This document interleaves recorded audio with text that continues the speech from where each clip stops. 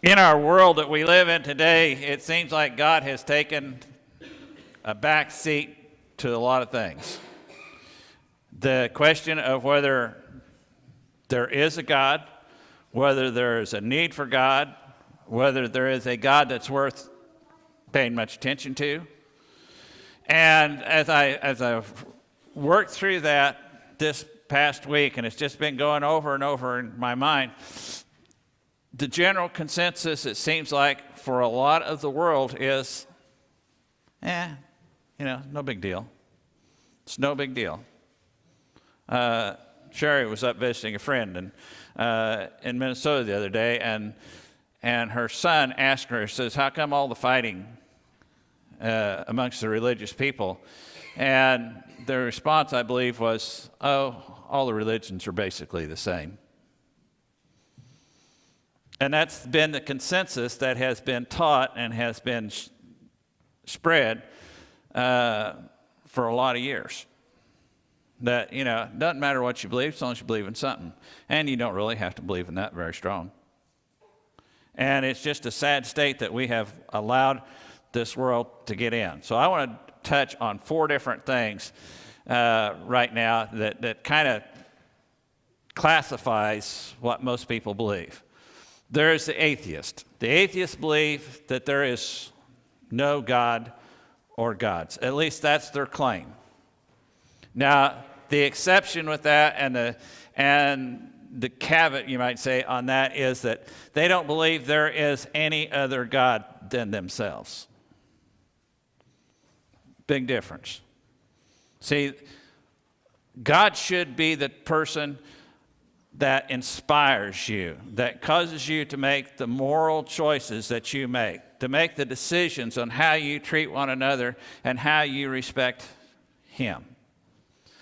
If you believe that there is no other God, then the only power that you answer to is yourself.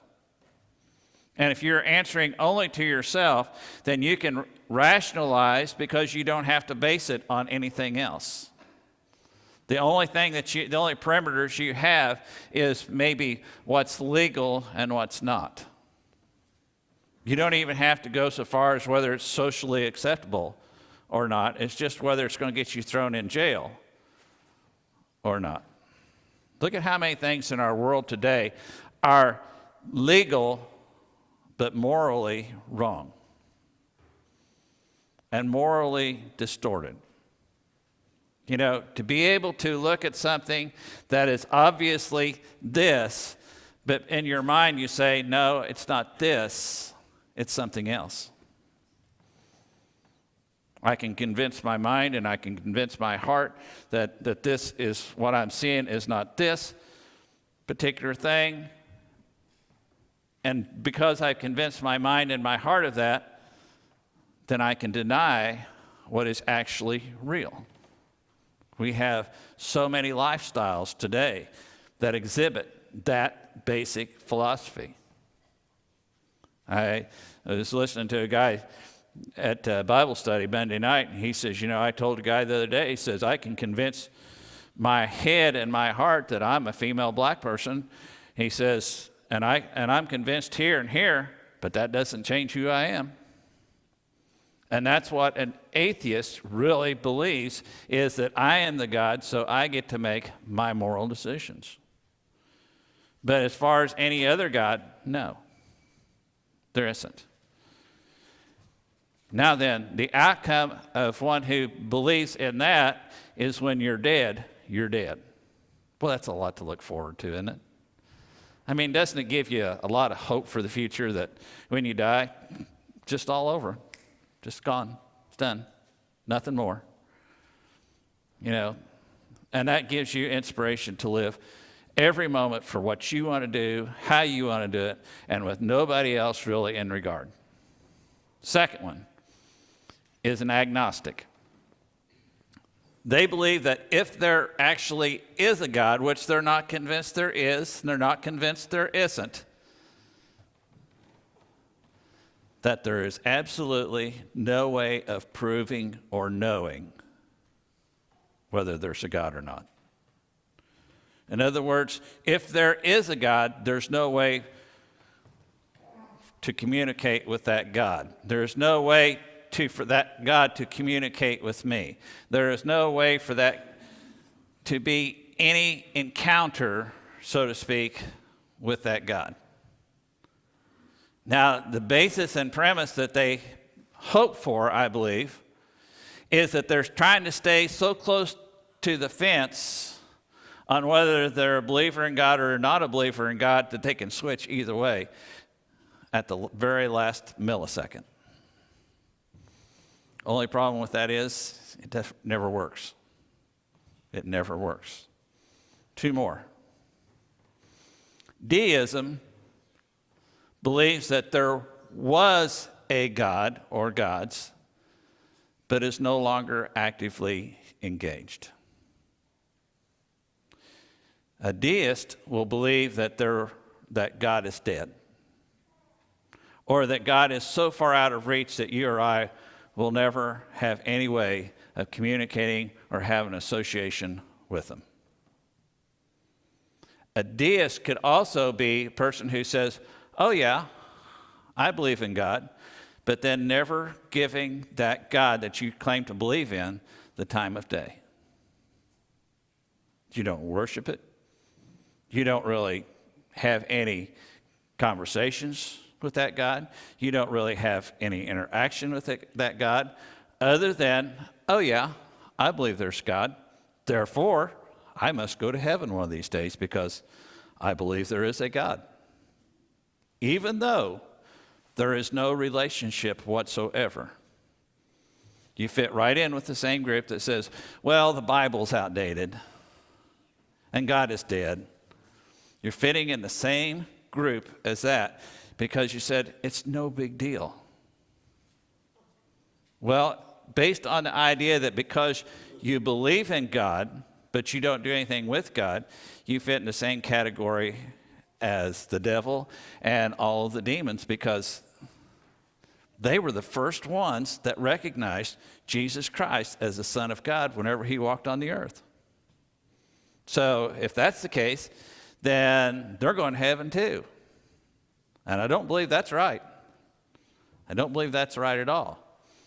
Last one is the theism. And that is that there is a God, and I put it in a small g and a capital G. Because being a theist does not believe in the one God, but believing in a God, and believing that that God is still alive and active.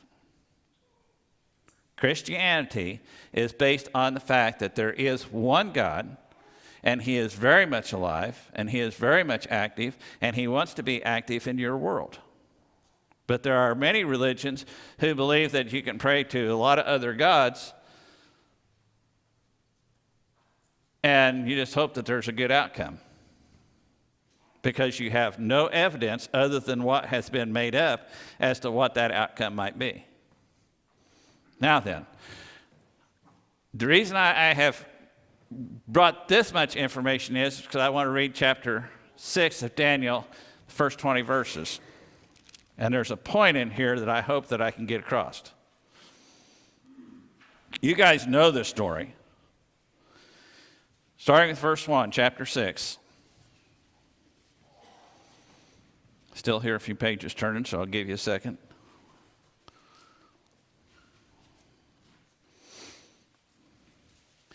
At the point of this story, Darius has become the king over the exiles, over the Medes. What was once Babylon is now governed by Darius, the king of the Medes and the Persians. And he has taken over as king.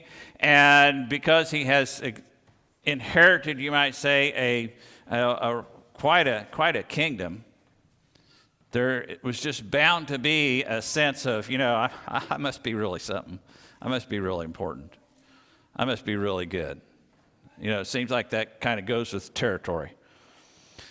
Verse 1, it seemed good to Darius to appoint 120 satraps over the kingdom, that they should be in charge over the whole kingdom. The satraps were like governors or regional managers that governed the people. And over them 3 commissioners, of whom Daniel was one.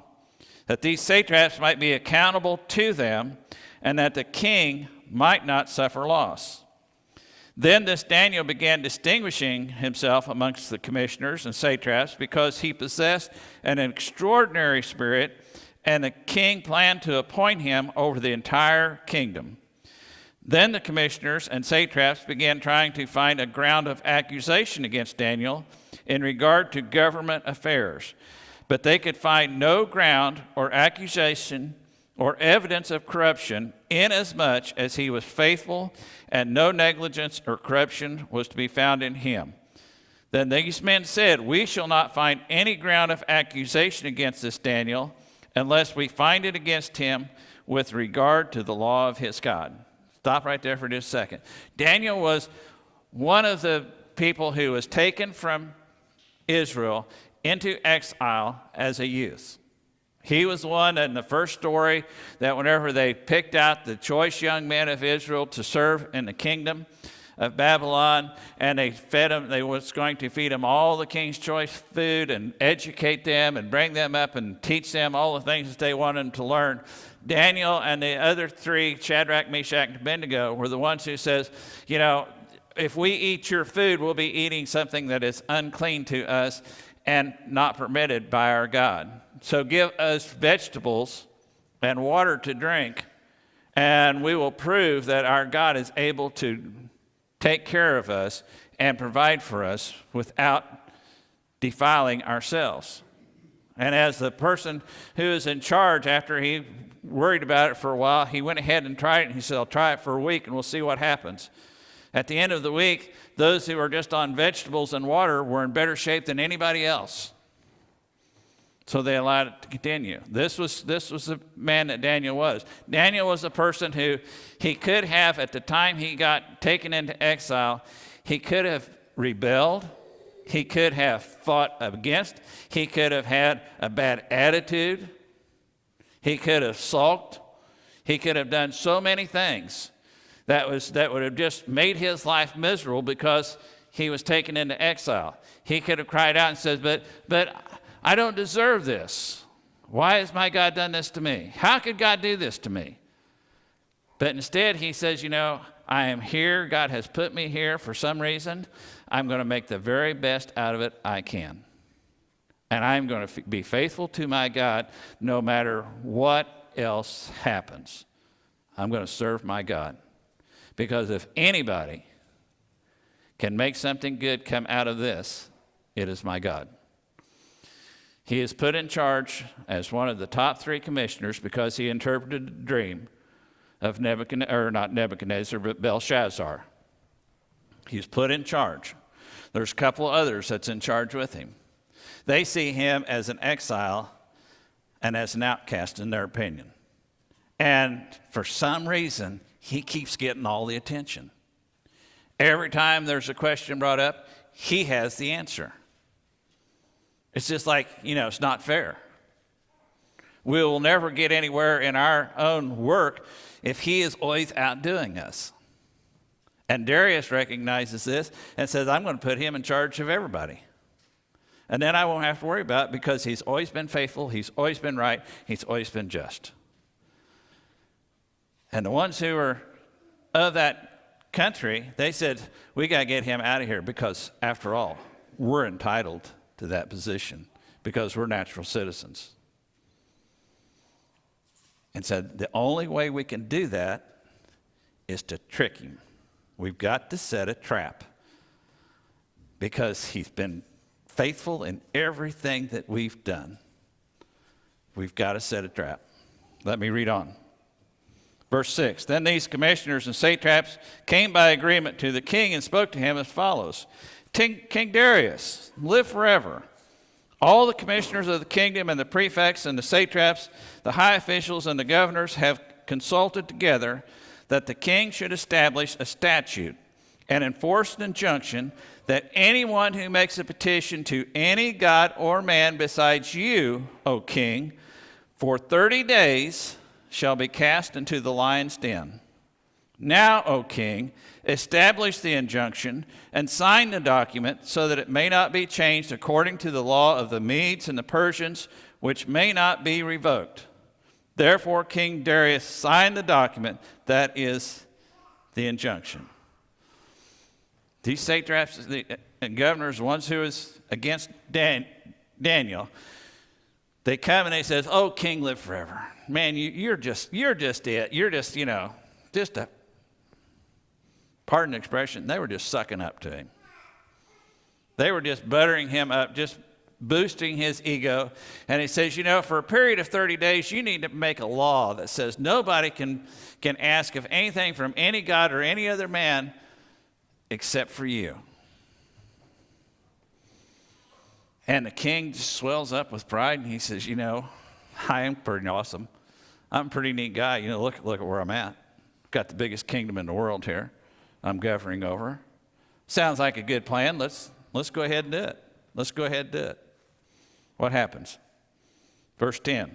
Now when Daniel knew that the document was signed, he entered his house. Now in his roof chamber he had windows open toward Jerusalem. And he continued kneeling on his knees 3 times a day, praying and giving thanks before his God as he had been doing previously. Then these men came by agreement and found Daniel making petition and supplication before his God. Then they approached and spoke before the king about the king's injunction.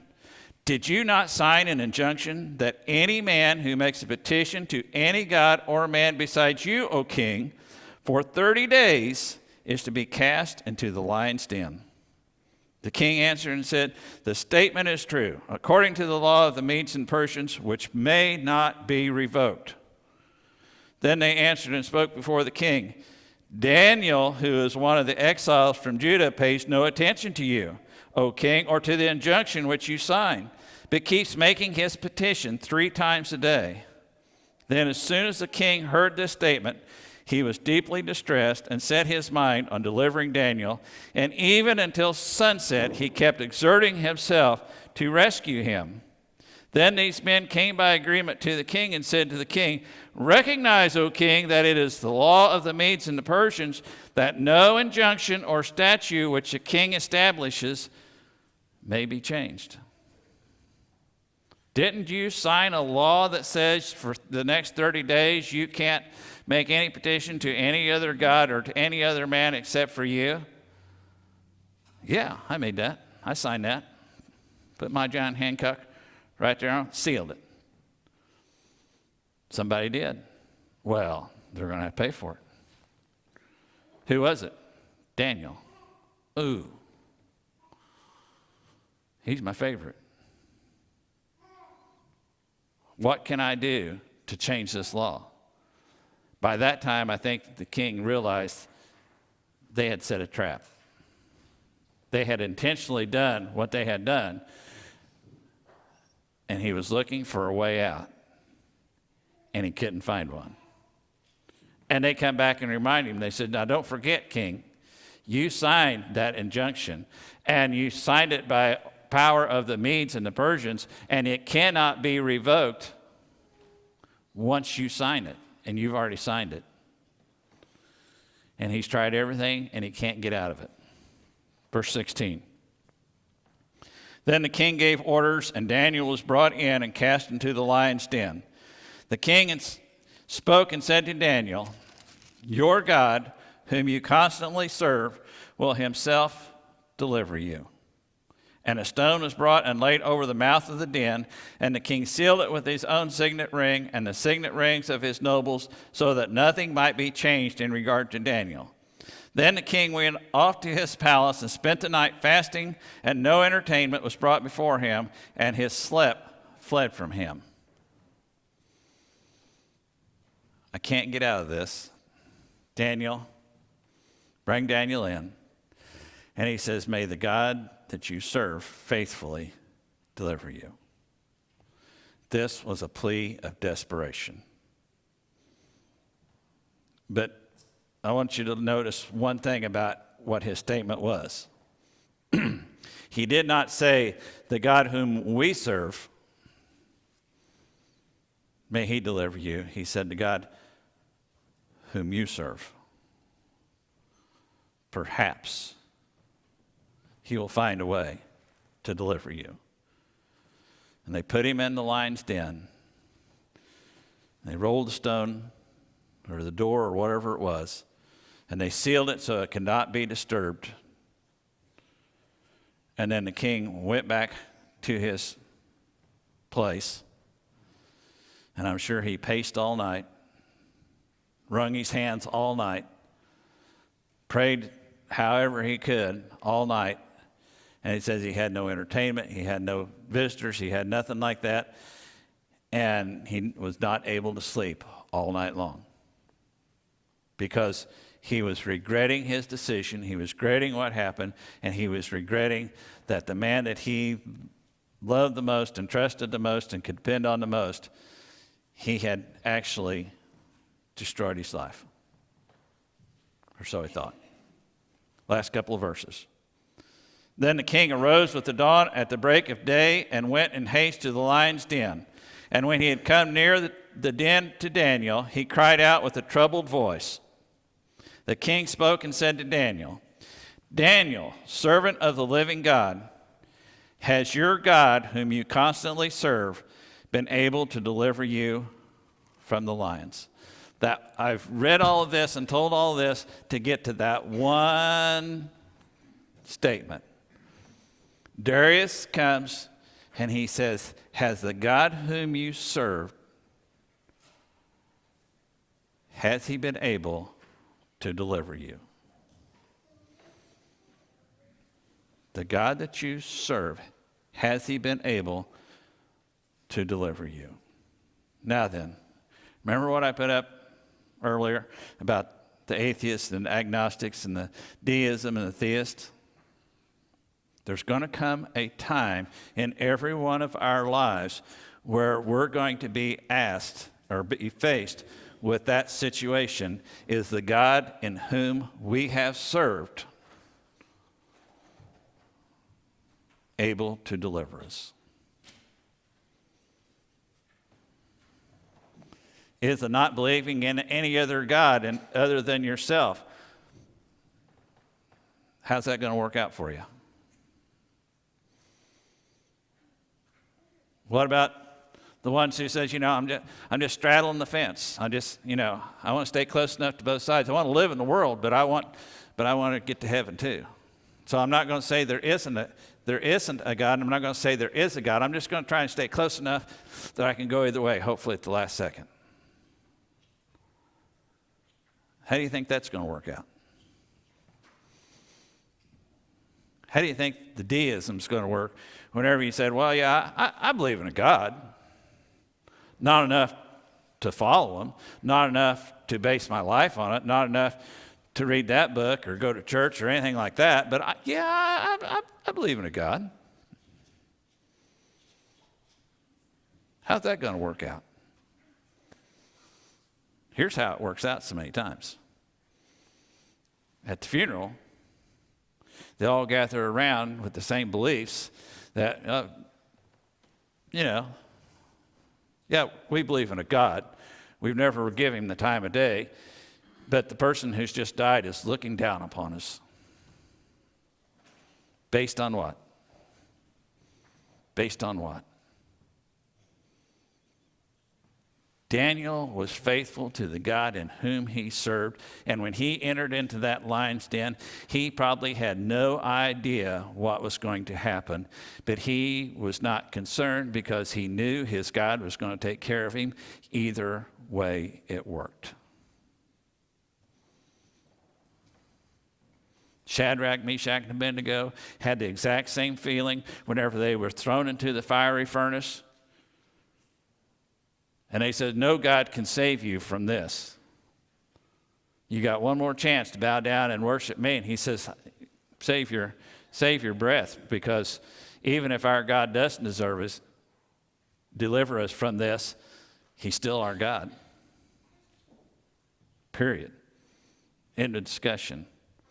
Because they had a faith that the God that they served was going to deliver them when it was all said and done. Now then, the question that we have to ask ourselves is the service that we give to our God, whomever that is, however we do it, is that going to be sufficient to deliver us in the end? Now then, how can you know? How can you know? You know, before I became a Christian, I just thought, well, if you give your life to Christ, then wherever you die, you go to heaven. I didn't know there was anything in between that. The reason that Daniel was able to go into that lion's den not worried about it was because he had seen time and time again to where he had put his faith and trust in God, and God had carried him through and delivered him through many different situations, who had blessed him in many different ways. He knew his God was alive. He knew his God was real, and he knew that whatever come out of this lion's den deal was going to be fine, because he knew his God was never going to leave him or forsake him. Darius did not have that confidence, because remember how he talked to Daniel before he put him in. He says, "May your God deliver you."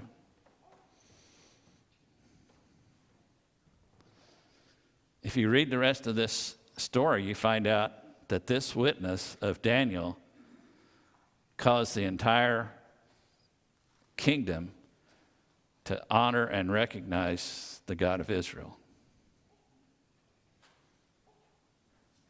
because it had made such a profound statement of who is real and who can deliver. It gets us back to that same question.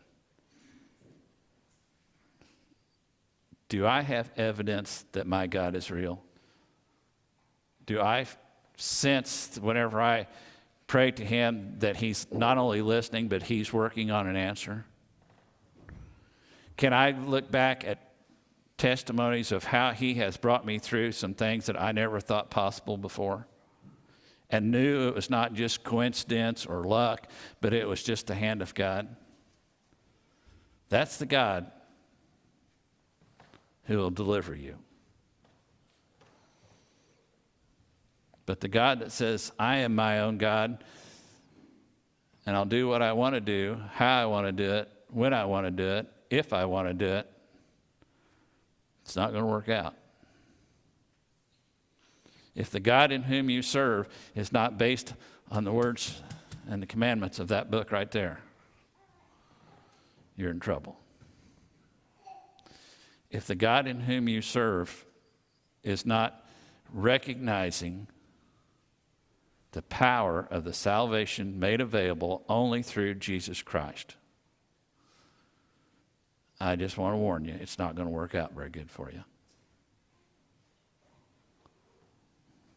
There's one way to heaven. Jesus on the cross made it possible. Cleanses from our sins, and then on the third day arose victorious over the grave. And after he arose, he said, now whosoever, I'm the way, the truth, and the life. There's one way. It's through me. I've paid the way. I've conquered death, and it's available to you if you'll accept it.